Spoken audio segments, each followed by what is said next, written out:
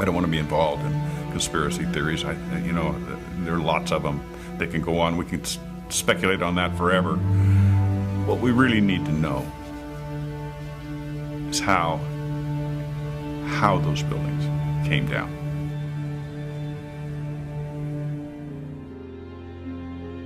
My husband Steve was 48 years old when he was killed on September 11th, 2001. He was in the North Tower on the 104th floor. There are so many unanswered questions, and that's scary to me. We never had answers. Nobody ever stopped to have a scientific investigation. A scientific investigation. A scientific investigation. Tribute lights in the New York skyline. An annual memorial to the lives lost on 9/11. Yet there's still more light that needs to shine, revealing truths that their family members deserve to know. September 11th, 2001, a day that changed history. 4 planes went silent and off course. 2 of those planes crashed into the World Trade Center Twin Towers. Several columns were severed, and the jet fuel ignited fires that spread over several floors. About an hour later, millions watched in shock as both towers were suddenly and rapidly destroyed, killing almost 3,000 people, for whom truth and justice may have yet to be served.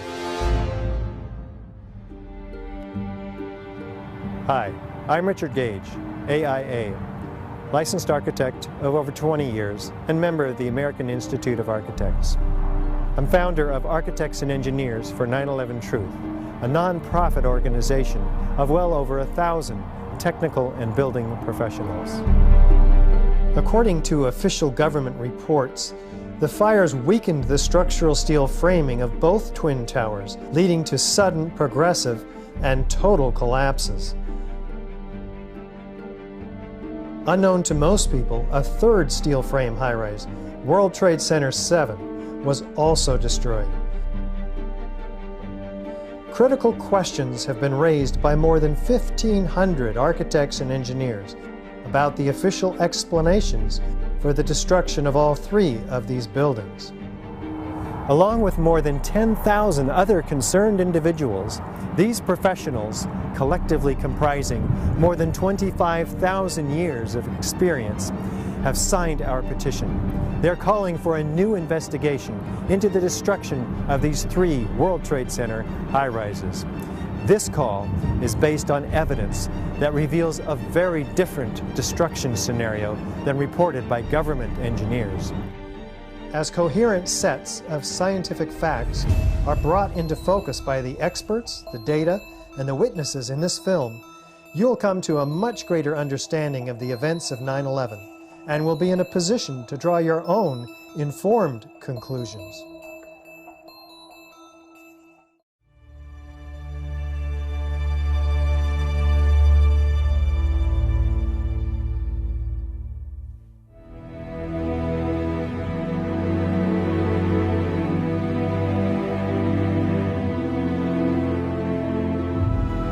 The new World Trade Center, Building 7, looms above the site of its original.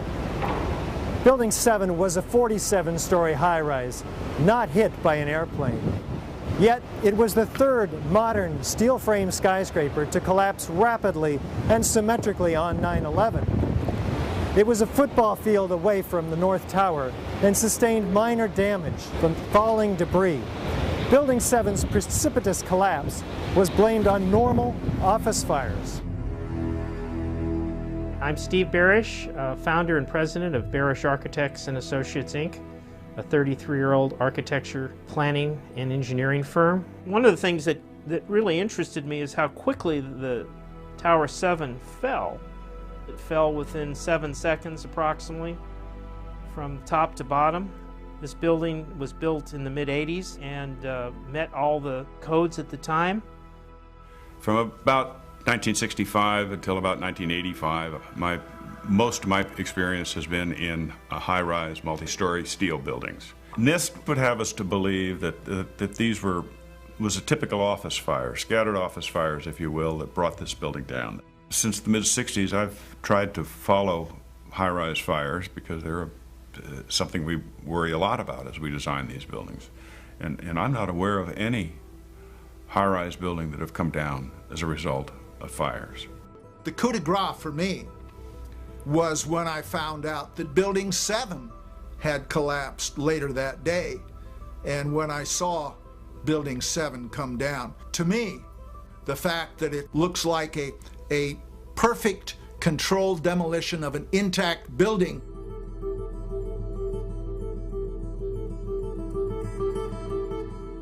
I mean, that's what I call a smoking gun.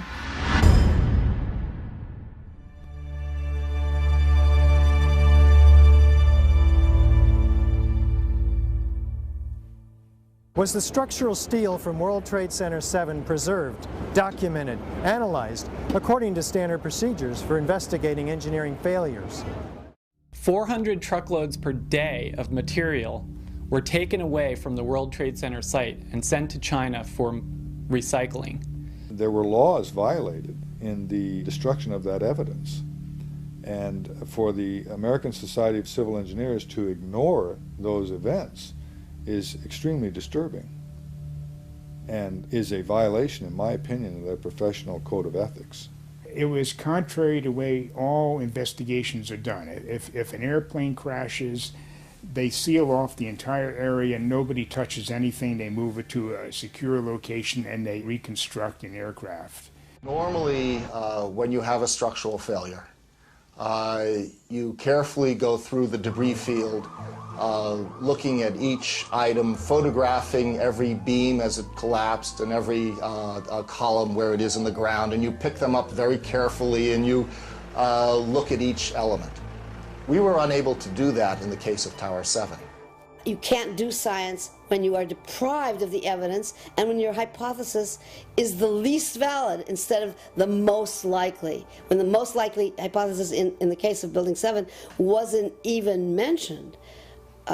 This is not science. It's trying to prove preconceived ideas.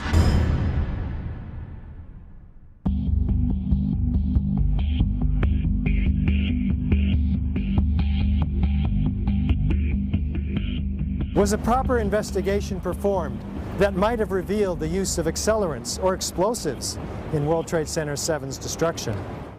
NIST concedes that they found no evidence for explosives.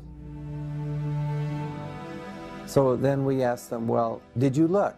And they said, no, we did not look for explosives or residues of explosives. Big explosion. Blew us back into the 8th floor. I'm okay, all right? Here, hold on. You want to call your mother or something? Just the fact that there were explosions means they need to be investigated. Keep your eye on that building as they coming down. The building is about to blow up. Moving back. We are walking back. There's a building about to blow up. We don't have the real story on what happened because there wasn't a proper investigation done.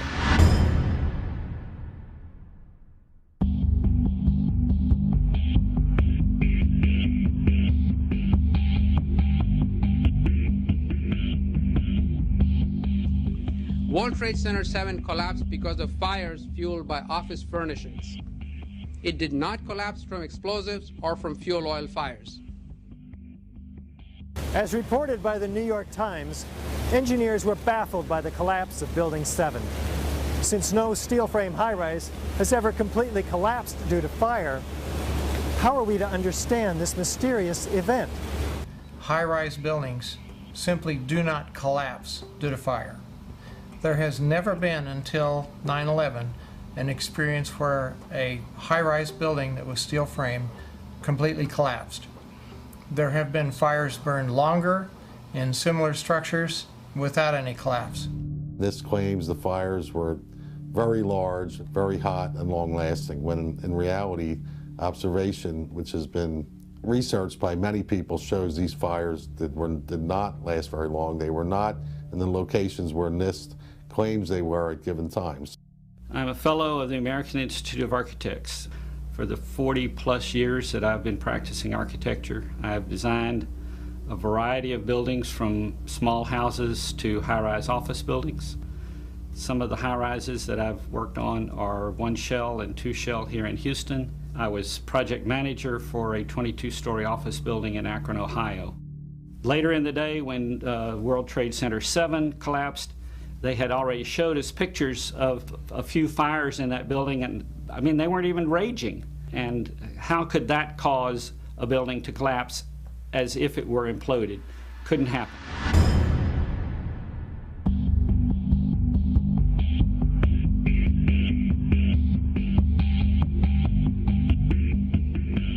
According to lead investigator Shyam Sunder of the National Institute for Standards and Technology, NIST, World Trade Center 7 collapsed at freefall acceleration for more than 100 feet of its fall.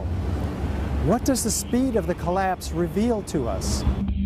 Essentially, in less than 7 seconds, Tower 7 came down upon itself. It's just like taking your car keys out and just dropping them.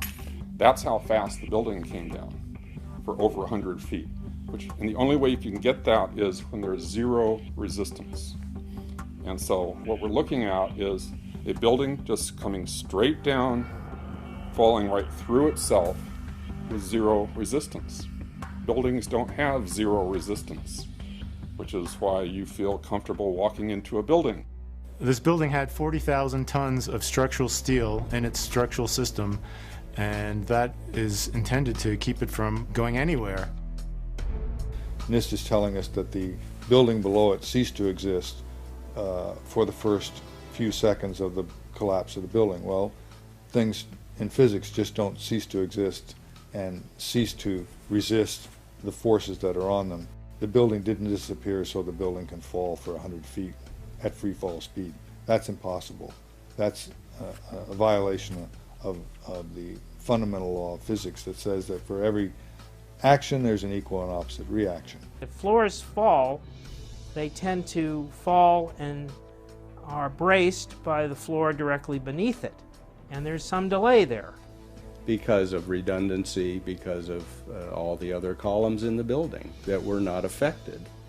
Even if a floor were to collapse, it still wouldn't be able to collapse all of the connections simultaneously at the rate that it did without secondary explosions.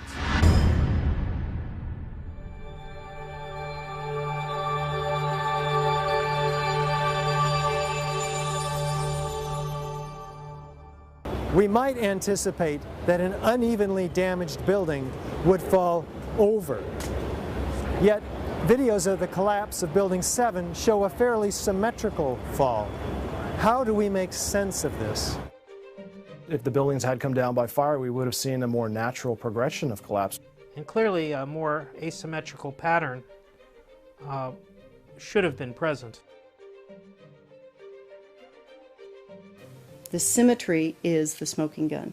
It cannot happen that when you have asymmetric damage, you will get a perfectly symmetrical collapse. The exterior columns on the outside as well as on the inside at the bottom would have to be severed almost at the same time. I worked for Controlled Demolition Incorporated, CDI, the top-rated explosives demolition firm in the world. What I saw, it was a classic implosion. The center of the core, the penthouse area, starts to move first, and then the building follows along with it. That's another indicator that this NIST report is very suspect. When it's all finished, the outside walls are piled one on top of the other right in the middle of the building. Just like a house of cards if it were coming down. According to NIST, the failure occurred at column 79 on level 12. This means basically they're talking about a single columnar collapse or failure that resulted in a total collapse of the building. That just does not make any sense.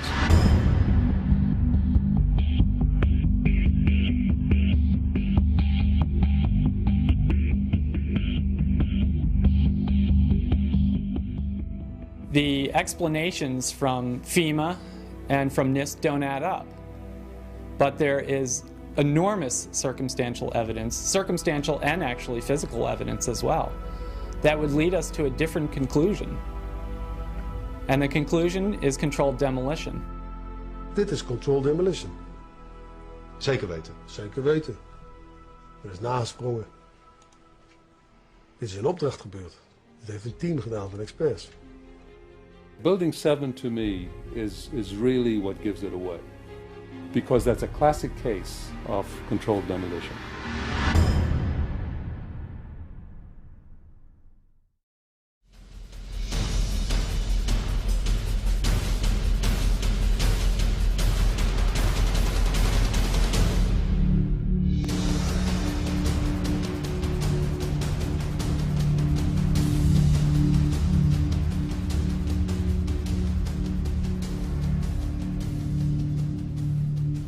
This is the original site of the World Trade Center Twin Towers. Construction is now underway where dramatic new facilities are being erected.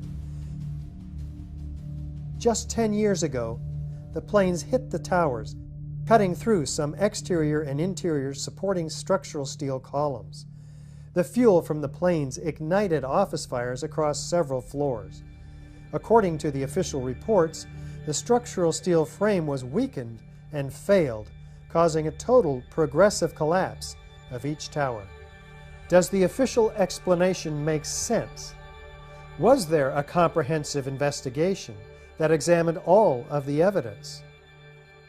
I walked into the office and the first words that I heard was, "A plane's just run into the World Trade Center."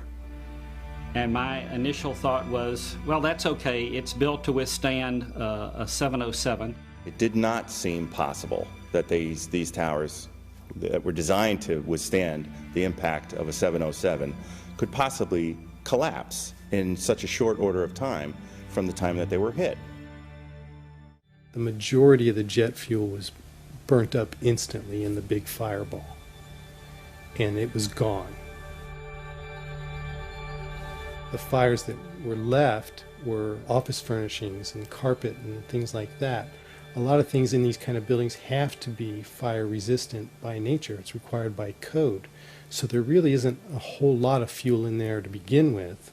The media portrayed these fires as being extremely hot, but the fires were not that hot in World Trade Center 1 and 2. If you look at the NIST zone data, you could see this. And to use our own powers of observation, you could tell by seeing these fires and seeing black smoke come out the windows. That means that the fires were oxygen starved, and it was incomplete combustion. And so it was a low temperature fire. The heat from the fire supposedly softened the steel and thereby brought the buildings down. If you have a flame at 750 degrees, you can hold that flame under a steel beam forever, and you'll never reach a high enough temperature to bend steel, let alone melt it. So immediately I knew at that point that the official explanation was dead wrong.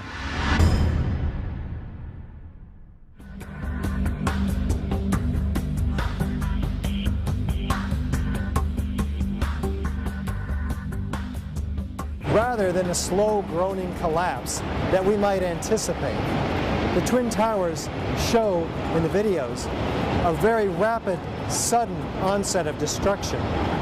What does this imply? This claimed that the upper section of each of the towers crushed the lower section. However, when you watch video closely, in the case of World Trade Center 1, you'll see that the upper section disintegrates itself. It appears to be a controlled demolition of its own of the upper section. The top section, pushing on the bottom section, it's going to meet equal forces as it goes. Both sections are going to be demolished at the same rate. So by the time you've crushed up 15 stories below it, the top 15 stories are also going to be crushed. And so there's nothing left now to crush the rest of the building. You're looking for a jolt. That this thing, if it actually comes down and hits, you should be able to see the point at which they actually impact, because it would actually slow down the motion of the falling block. Before the tower started collapsing from the top, the antennas started to fall. and the antenna, of course, was over the middle of the elevator shafts.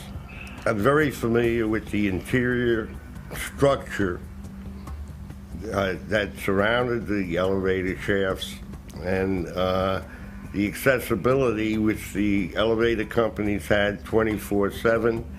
It wouldn't be a problem once you gained access to the elevator shafts. Then a team of loading experts would have access to all the core columns and beams. The rest could be accomplished at that point by just the right kind of explosives for the job at hand. The only way that I can see that the towers could have collapsed is that the interior columns were compromised.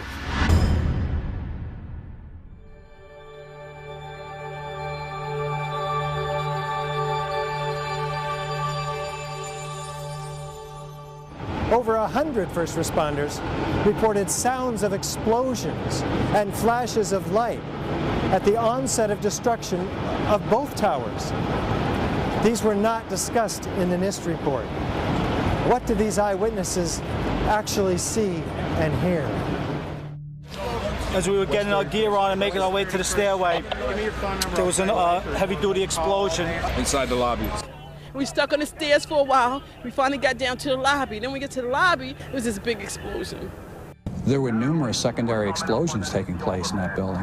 There were continuous explosions. Floor by floor, instead of popping out. It was if they had detonated. If they were planned to take down a building. Boom, boom, boom, boom, boom, boom, boom. And it just started going pop. It just started going boom, boom, boom, boom, boom.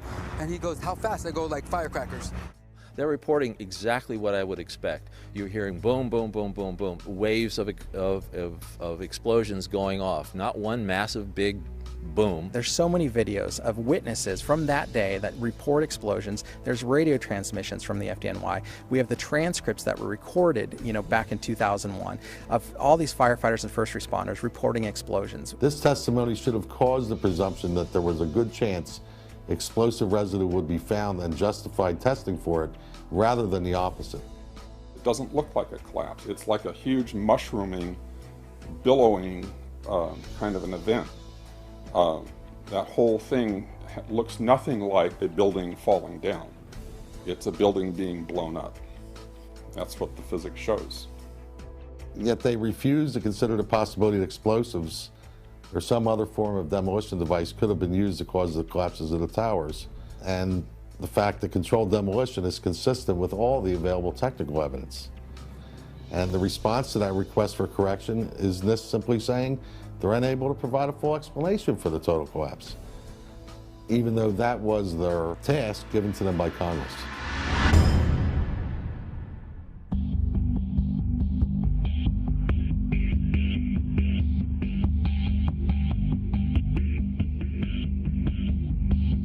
FEMA documents a 1,200-foot diameter debris field around each tower.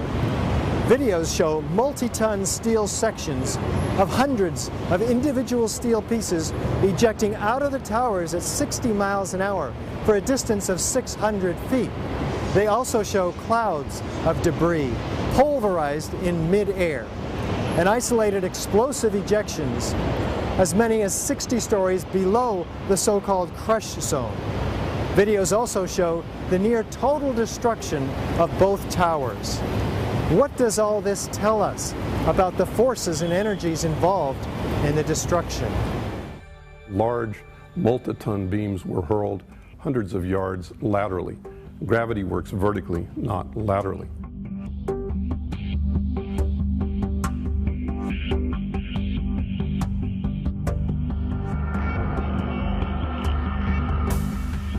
So something's happening to throw these things horizontally at those kinds of speeds. And here it is trailing white smoke the whole time. It really is indicative of some kind of explosion. The individual explosions that I noticed 20 and 30 and 40 stories below the collapsing structure. And naysayers tend to say, well, that's just air being blown out the windows. I mean, it doesn't really work to say it's just air pressure. And I've estimated these are coming out faster than 100 miles an hour. As an architect, I would expect to see larger portions of the building floors, the decking, the steel decking, the concrete topping, much larger remnants of what the structural components of this building was. What happened to the concrete? The concrete was pulverized, and I was down here Tuesday, and it was like you were on a foreign planet. All of Lower Manhattan, not just this site, from river to river, there was dust powder 2-3 inches thick. The concrete was just pulverized.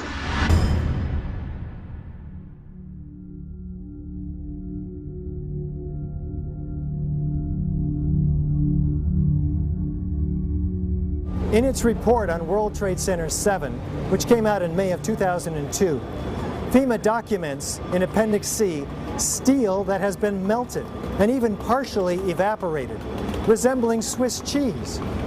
What are we to make of this? I'd like to know why NIST excluded the evidence of melting steel. Well, why is this not included? Why is this forensic evidence not being included in the report?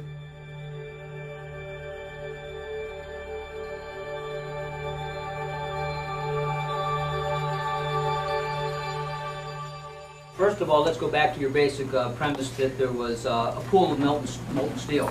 I know of absolutely nobody, and no eyewitness who said so, nobody who's produced it. You'd get down below and you'd see molten steel running down the channel rails. Like you're in a foundry. Yeah, like lava. Like it was lava from a volcano. Actually melted beams where it was molten steel that was being dug out. Underground, it was still so hot that molten metal dripped down the sides of a wall. It's this fused element of steel, molten steel and concrete and all of these things all fused by the heat into one single element. And they pulled off a big block of concrete, and there was like a little river of steel flowing.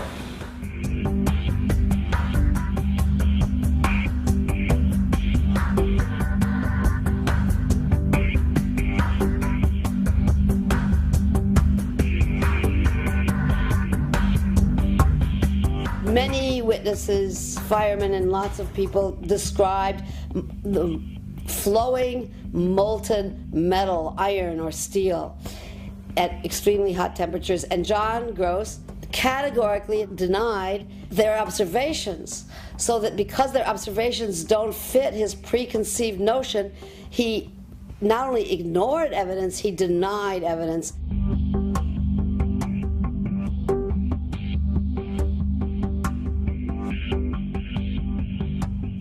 In an office fire, you cannot generate enough heat to melt steel. And yet we have evidence of molten iron in the microspheres, in the rubble pile, and the metal pouring out of the side of the tower. So what is this molten metal? It's a direct evidence for the use of thermite. An incendiary used by the military, thermite is a compound of iron oxide and aluminum, which when ignited sustains an extreme heat reaction, creating molten iron. In just 2 seconds, thermite can reach temperatures over 4,500 degrees Fahrenheit, quite enough to liquefy steel. We know that open-air fires cannot burn hot enough to melt steel, but metal had melted at the base of the towers. I found a pore in the steel that had pure sulfur. There's a government theory that calcium sulfate from gypsum boards was the source of sulfur, and that's wrong. Calcium sulfate cannot undergo any kind of a chemical reaction that produces the element sulfur, and we're not dealing with any kind of compound of sulfur. When we're talking about sulfidation, we're dealing with the element sulfur. There's a version of thermite called thermate, which has sulfur in the thermate, and what the sulfur does is it's sort of like salt on ice. And it just basically makes the steel melt at a lower temperature. And if you do a search on Google for thermite and building demolition, you can find devices that have been fabricated and invented that use thermite for building demolitions. In the case of thermite cutting charges, you would have heard far less noise since they are worked by thermal heating, melting of the steel, rather than an explosive cutting as in RDX charges. Overflights had detected with infrared camera 1400 degree Fahrenheit hotspots on the surface of ground zero.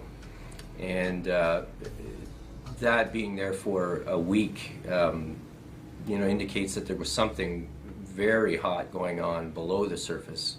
So thermite would also explain potentially the fact that the fires could not be put out at ground zero. The fires lasted for quite a while, but most importantly, they were deep within the pile, where people would expect that the environment was oxygen starved. And thermite could explain this because it has its own oxidant within. It's actually the metallic oxide that provides the oxidant to allow the incendiary thermite reaction to occur, even underwater.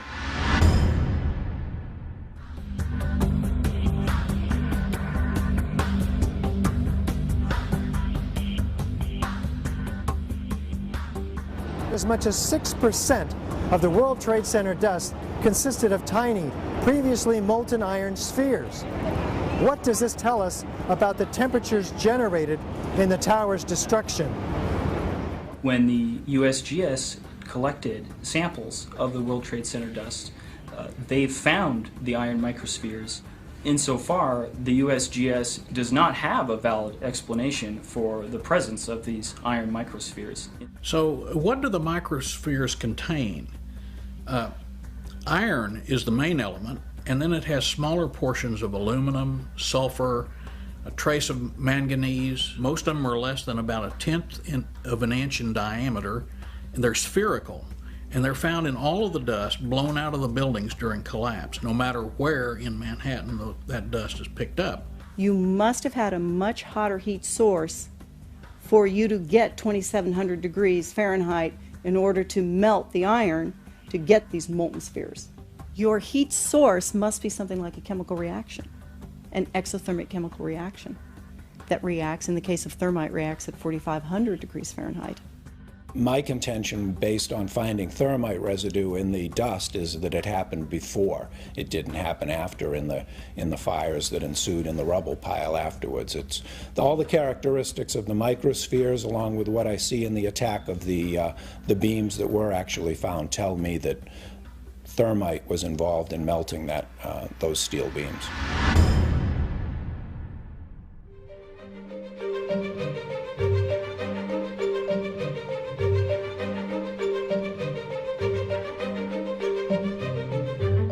Out of the ashes of the World Trade Center devastation rises the Freedom Tower, whose foundation, however, is shrouded in question. For example, in the World Trade Center dust, an international team of scientists find an advanced form of highly energetic nanothermite composites. What is it, and where does it come from? In the dust, we found what we characterize as unreacted thermitic material in the shape of some very tiny red-gray chips. And in the reaction they produce molten iron, which is the prime indication of a thermitic reaction. And such a reaction can be used to destroy steel structures. What we have found is a modern version of thermite, which we call nanothermite, which is produced in a different way. It is not just two powders being mixed. The material is actually built from the atom scale up. We call it the bottom-up procedure, which is what you do in nanotechnology. The ingredients are much smaller, which means they're reacting faster and they are more easily ignited. The primary elements in the red material are aluminum, iron oxide, as well as silicon and carbon. The iron oxide appears in faceted grains, approximately 100 nanometers across. The aluminum appears in thin platelets, about 40 nanometers thick. This is discussed in our paper in the Open Chemical Physics Journal, published in April of 2009. But so far, none of these papers have been refuted in the literature, the scientific literature. So that means they are unchallenged in the scientific sense. They stand as an indictment, really, of the official story of 9/11. We also took paint that came off of the WTC steel and looked at that in the SEM and did a compositional analysis of that and found that it was not similar to the red-gray chip or the red layer of the red-gray chips. This cannot be paint. Paint does not have these exotic properties. That's impossible. This is material that is of military use that really shouldn't be there.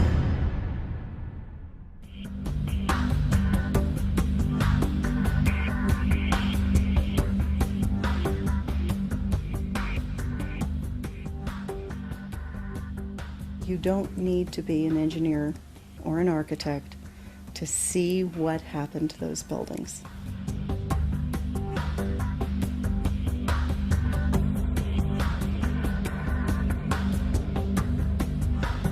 Any honest investigator would be looking at this and looking for explosives and so forth.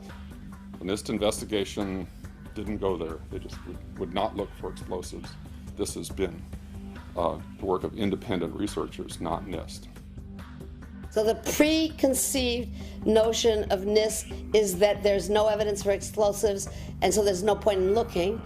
That is the most unscientific thing that you can possibly think of, not to look because you don't expect to find evidence, and in fact the evidence is overwhelming that these red-gray crystals are very high-temperature incendiaries. They state these conclusions for which there's virtually no evidence, and then they ignore conclusions that can be drawn from the evidence.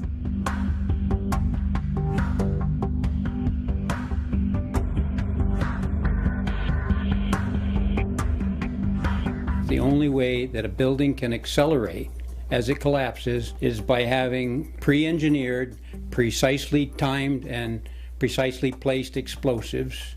In other words, controlled demolition. We have a professional responsibility, and I urge every engineer and architect and demolitions expert and anybody that has any knowledge in this field to examine the evidence and stand up and be counted, because the rest of the world is depending upon us. We know we've been lied to about 9/11. We don't know for sure who did it. We don't know exactly how they did everything. And that's why we need a new investigation to find out. We do know that there was a massive cover-up, that there was evidence hidden and destroyed. The American people absolutely need the truth of 9/11.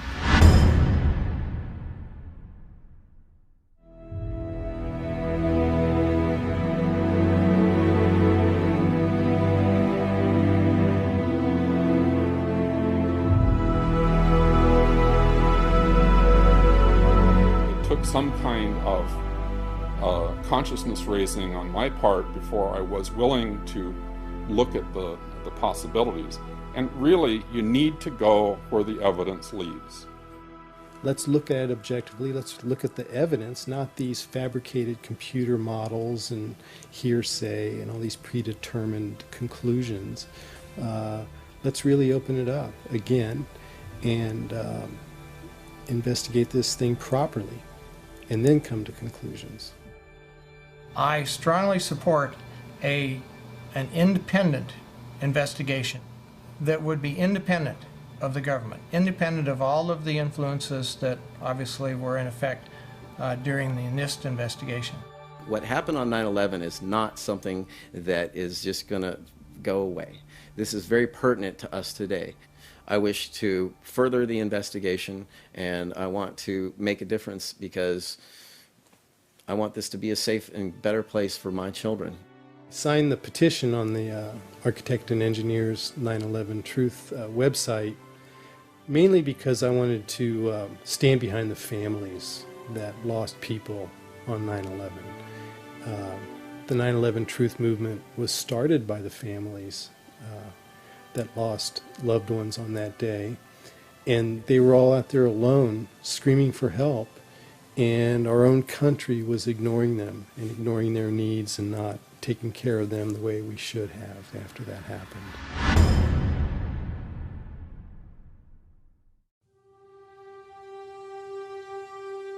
Most of us who have lived with the events of 9/11 have, as a result, experienced some kind of trauma.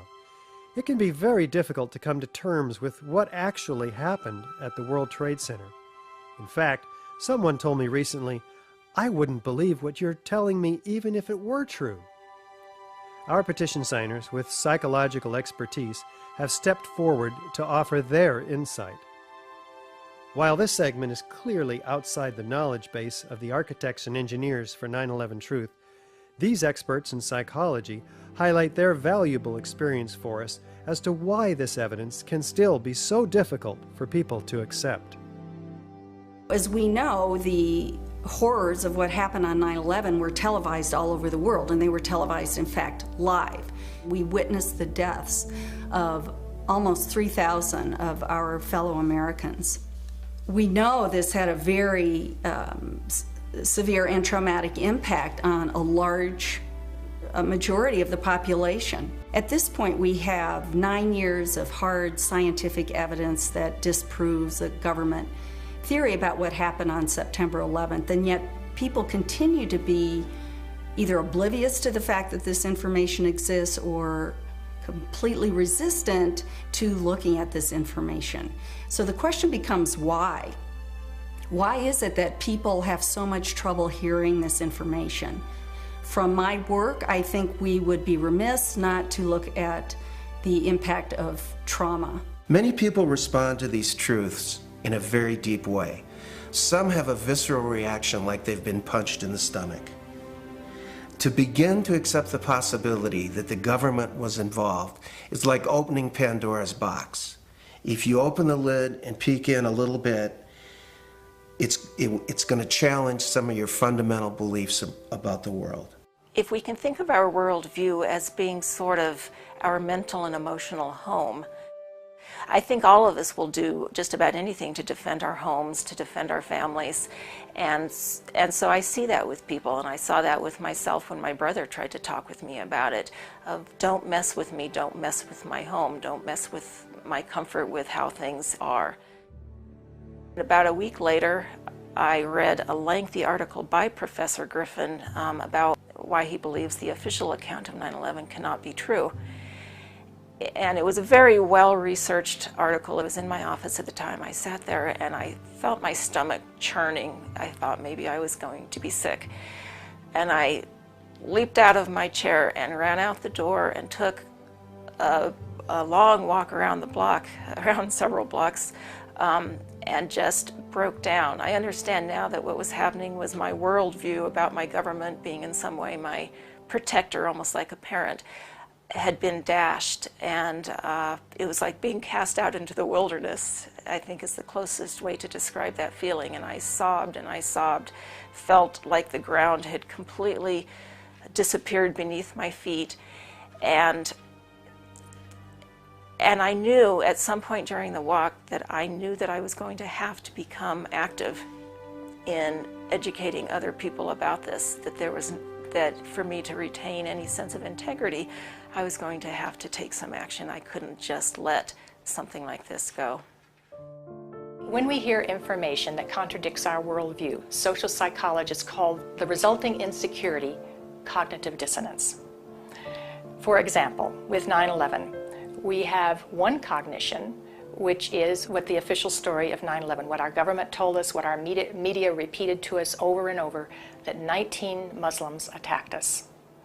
On the other hand, we have what scientists, researchers, architects, engineers are now beginning to tell us, which is that there is evidence that shows that the official story cannot be true. So now we've lost our sense of security. We are starting to feel vulnerable. Now we're confused. 9/11 Truth challenges the beliefs that our country protects us and keeps us safe, and that America is the good guy. When your beliefs are challenged, fear and anxiety are created. In response to that, our psychological defenses kick in, and they protect us from these emotions. Denial, which is probably the most primitive psychological defense, is the one most likely to kick in when our beliefs are challenged. And it's a very, very uncomfortable state to be in. And eventually our mind shuts off. Just like when a computer is overloaded, our minds get overloaded. We can't handle it anymore and we shut down. And what some of us will tend to do is deny the evidence that's coming our way and stick to the original story, the official story, and to try to regain our equilibrium in that way. Another thing we can do is decide to look at the conflicting evidence and be sincere and be open-minded and look at both sides of the issue and then make up our own mind about what reality is. Here are a few of those spontaneous initial reactions to hearing the contradictory evidence about 9/11. I don't want to know the truth, or I'd become too negative and psychologically go downhill. I'm not sure I want to know. If this is true, then up would be down and down would be up. My life would never be the same. Fran, I refuse to believe that many Americans could be that satanically treasonous. Someone would have talked. But these are beliefs. They are not scientific facts. But these beliefs do keep us from looking at the empirical evidence. Whenever we say, I refuse to believe, we can be sure that the evidence that's coming our way is not bearable and that it's conflicting with our worldview much too much. As I thought about all of these responses, I realized that what is common to every one of them is the emotion of fear. People are afraid of being ostracized, they're afraid of being alienated, they're afraid of being shunned, they're afraid of their lives being inconvenienced, they'd have to change their lives, they're afraid of being confused, they're afraid of psychological deterioration, they're afraid of feeling helpless and vulnerable. And they're afraid that they won't be able to handle the feelings that are coming up. None of us want to feel helpless and vulnerable. Healing comes through facing the truth, experiencing it, allowing the feelings to come in, so that if there are feelings of fear that perhaps these events were caused by something that we haven't thought about yet, dark elements within our society, for example, we'll let that come in and explore it. Let the light shine on whatever happened. This will be the most healing process. After World War II, part of the way that Jewish people honored the dead was by making sure that the truth was known and that the value of these people was respected. Not pursuing the truth about 9/11 disrespects the value of the life of the people that died. Thinking that we're above such things, that it could happen in other countries, but it couldn't happen here, that's a lack of humility, and that's excessive pride. And so not being able to see our dark side or our weaknesses is the most dangerous thing. A feature of American history that makes us particularly liable to this pride is this notion that's called exceptionalism, that America is the exceptional nation. And that began from the beginning. As this country was formed, the people would say, well, there was so much evil in the European countries, so much cheating, so much lying, so much using the people for the ruler's purposes, but not in America. We have leaders that are free from those sins. So I think this has made 9/11 particularly difficult for Americans.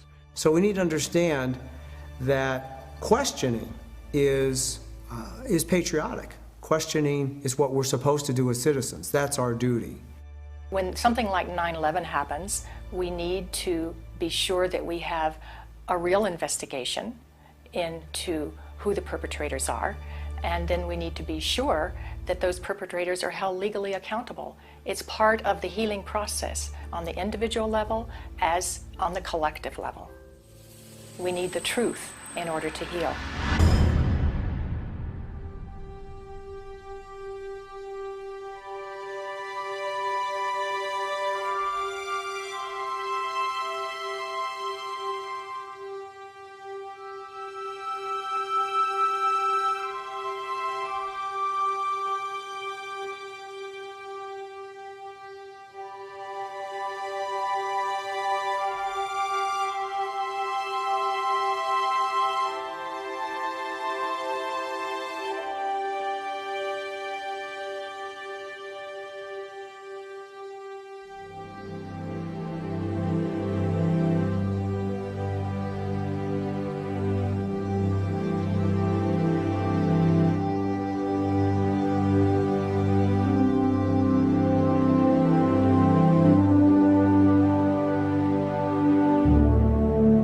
My name is Bob McIlvaine.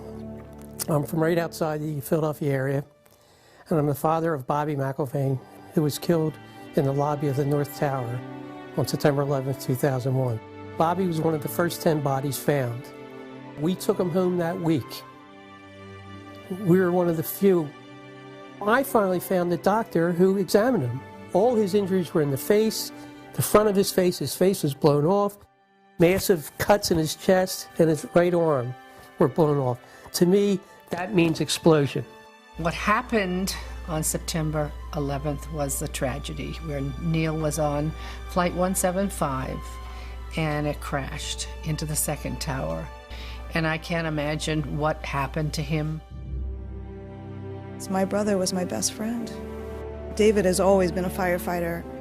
My brother went in to save people's lives. I'm a family member trying to find out the answers to the murder of 3,000 plus people. I'm Jane Policino. My husband Steve was 48 years old when he was killed on September 11th. I have no identification. You know, why is that? It seems to me we should know why over 1,000 victims there are no trace for, and no identification, no trace of over 1,000 victims. Just a few years ago, they were still finding body parts on the roofs of buildings. What is that?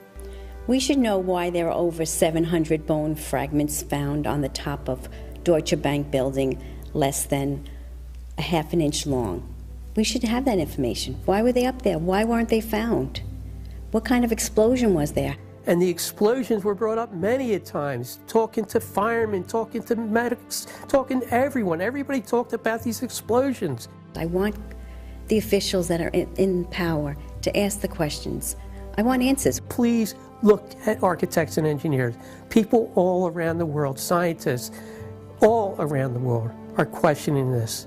When you bring science into the equation, that's so important because you can't argue against science. And there's some deep, deep explaining to do. The bottom line is that it needs to be investigated properly. We will never heal. This country will never, ever, ever forget that day. We have to demand a new investigation. I want justice here.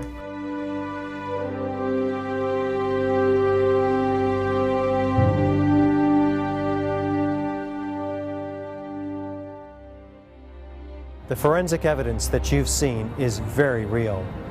New light has been shown. A third beam now reaches into the pitch black sky and stands in for the still officially unexplained free-fall destruction of the World Trade Center Building 7. The obvious dark truth about Building 7 may very well provide the key to justice for the victims of family members of the destruction of the Twin Towers. The country owns this. We were all victims. You all should want answers. It's not just ours, not just mine. We all lost something that day.